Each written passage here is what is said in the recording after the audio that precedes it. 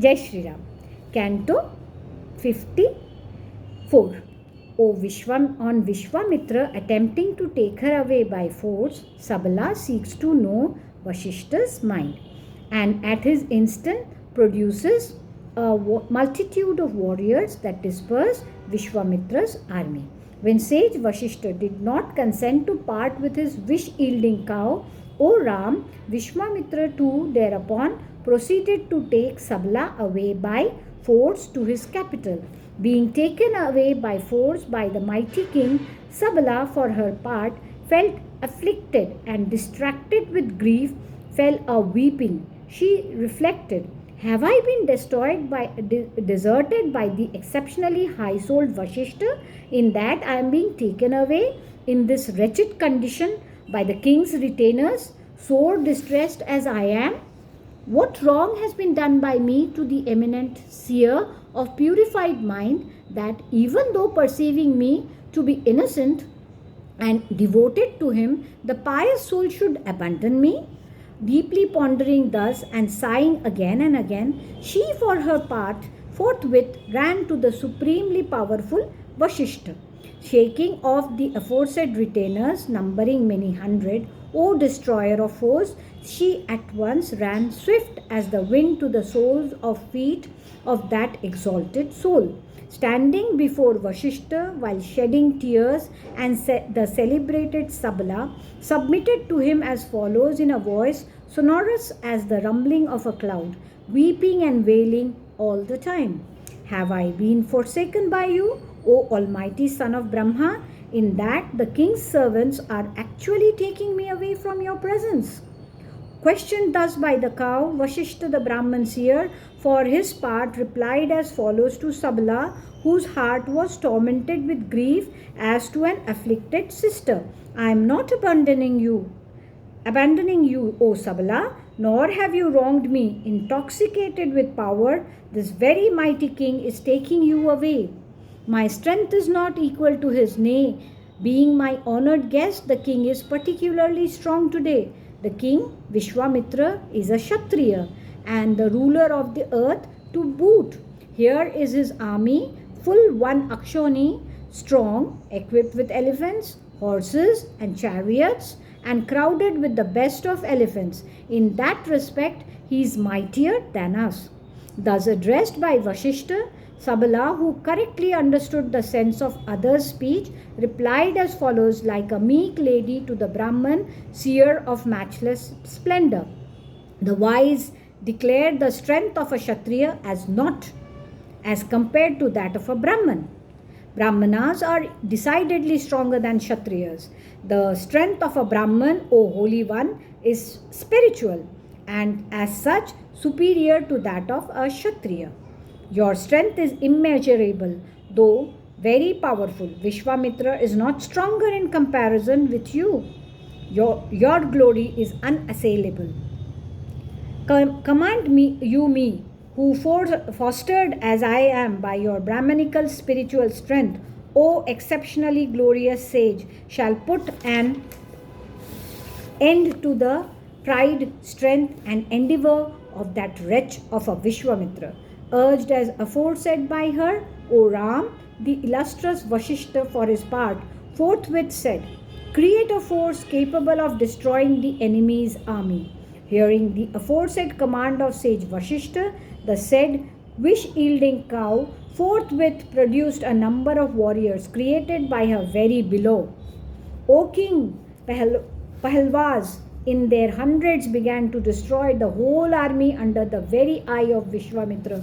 Highly enraged, with his eyes dilated through anger, King Vishwamitra too made short work of the Pahalvas by means of his weapons of various kinds. Seeing the Pahalvas killed in their hundreds by Vishwamitra, Sabala immediately produced next the terrible Sakas, who were akin to the Yavanas. The land was flooded with these brilliant and most powerful Sakas. They were akin to the Yavanas, resembled the filaments of the Kampaka flowers in color, carried sharp-edged swords and patisas, a kind of spear, on their person, and were clad in yellow. The entire army of Vishwamitra was consumed by them as by blazing fires. Thereupon, it is said, the highly glorious Vishwamitra discharged a number of missiles by them, those Yavanas and Kambojas, another species of Mlechas, as well as the Barbaras, still another species of Mlechas, were thrown into confusion. Thus ends Canto 54 in the Balakand of the glorious Ramayan of Valmiki, the work of a rishi and the oldest epic. Now to Canto 55. His entire army having been exterminated by the warriors produced by Sabala, and his 100 sons reduced to ashes by the very roar of Vashishta for austerities, and receiving a number of missiles from Lord Shiva, tries them on the inmates of Vashishta's hermitage. Vashishta meets him with a mere staff appropriate to a Brahman. Seeing the warrior created by Sabala stupefied by the missiles of Vishwamitra and fleeing from the battlefield helter-skelter, Vashishta commanded Sabala as follows: evolve more and more warriors, O wise yielding cow, by dint of your yogic power of concentration.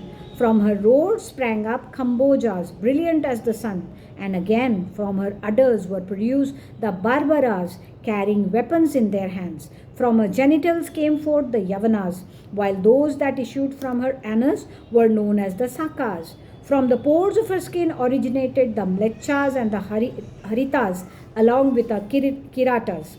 By them was wiped out instantly the entire army of Vishwamitra, including the foot soldiers and elephants, horses and chariots, O scion of Raghu. Seeing the army of their father exterminated by the mighty Vashisht, Vishwamitra's 100 sons rushed most furiously towards Vashisht, the foremost of ascetics, carrying weapons of various kinds. The great Rishi, Vashisht, however, reduced them all to ashes by his very roar. The sons of Vishwamitra were reduced to ashes in an instant with their horses, chariots, and foot soldiers by the mighty Vashishta. Seeing them all as well as his army annihilated, the exceptionally illustrious Vishwamitra was forthwith filled with anxiety mixed with shame. He resembled the ocean that had lost its fury, and the snake whose fangs have been broken, and suddenly became lustreless like the eclipsed sun. Having lost his sons and army, he felt miserable like a bird whose wings have been clipped. Nay, with all his strength and spirit shattered, he reached a state of despondency. Nay, enjoining his only surviving son in the words, rule the earth according to the moral code prescribed for a Kshatriya, in order to carry on the administration, he retired to the woods alone. Repairing to the slope of the Himalayas, resorted to by Kinnaras and Nagas, Vishwamitra, who had now turned a great ascetic, practiced austerities for the pleasure of Lord Shiva, the supreme deity.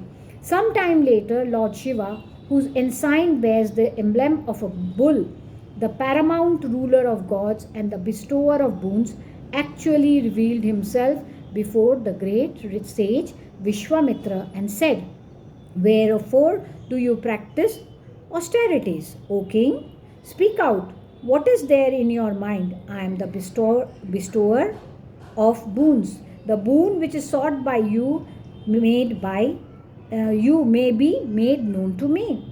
When the great ascetic Vishwamitra was told thus by the Lord, the former replied to him as follows, falling prostrate before him. If you are pleased with me, O supreme deity, the science of archery with its inmost secrets, including the branches of knowledge, directly or distantly auxiliary to it, as also the sacred text forming part of it, may kindly be revealed to me, O sinless one. Let all the mystic missiles that are known to gods, demons and great seers, as well as to the Gandharvas, Yakshas and ogres, flash before my mind's eye, O sinless one. Let the consummation sought by me be achieved by your grace, O God of gods, uttering the words, let it be so. Lord Shiva, the supreme ruler of gods, forthwith departed. Receiving the mystic missiles and weapons from Lord Shiva, the paramount ruler of gods, the very mighty Vishwamitra, who was already full of great pride, was now puffed with arrogance. And swelling with power as the ocean on the full moon, he took Vashishta, the foremost of seers, to be dead at that moment, O Ram. Proceeding to the site of the hermitage, the king then discharged mystic missiles and weapons by which the said grove in which austerities were being practiced began to be consumed through the fire of the missiles. Alarmed to see those missiles being discharged by the talented Vishwamitra, the hermits escaped in their hundreds in various directions. Afraid of the danger, whatever pupils of Vashishta and whatever beasts or birds there were in his hermitage fled in their thousands from the various quarters. The site of the hermitage of the mighty Vashishta turned desolate. In an hour or so, it became noiseless and looked barren, as it were, in spite of Vashishta's repeatedly calling out, "Don't be afraid, I shall presently make short work of Vishwamitra, the son of Gadi." Saying so, the exceptionally glorious Vashishta, the foremost of ascetics, then angrily addressed the following words to Vishwamitra: "Since you have made havoc of my hermitage, fostered for long, and inasmuch as you are a wicked fool, you will cease to be with what you are." Saying so, and hurriedly lifting a staff which looked like another rod of Yama, Vashishta stood highly enraged like the smokeless fire raging at the time of universal destruction. Thus ends Canto 55 in the Balakand of the glorious Ramayan of Valmiki, the work of a rishi and the oldest epic. So we end 55. See you tomorrow. Jai Shri Ram.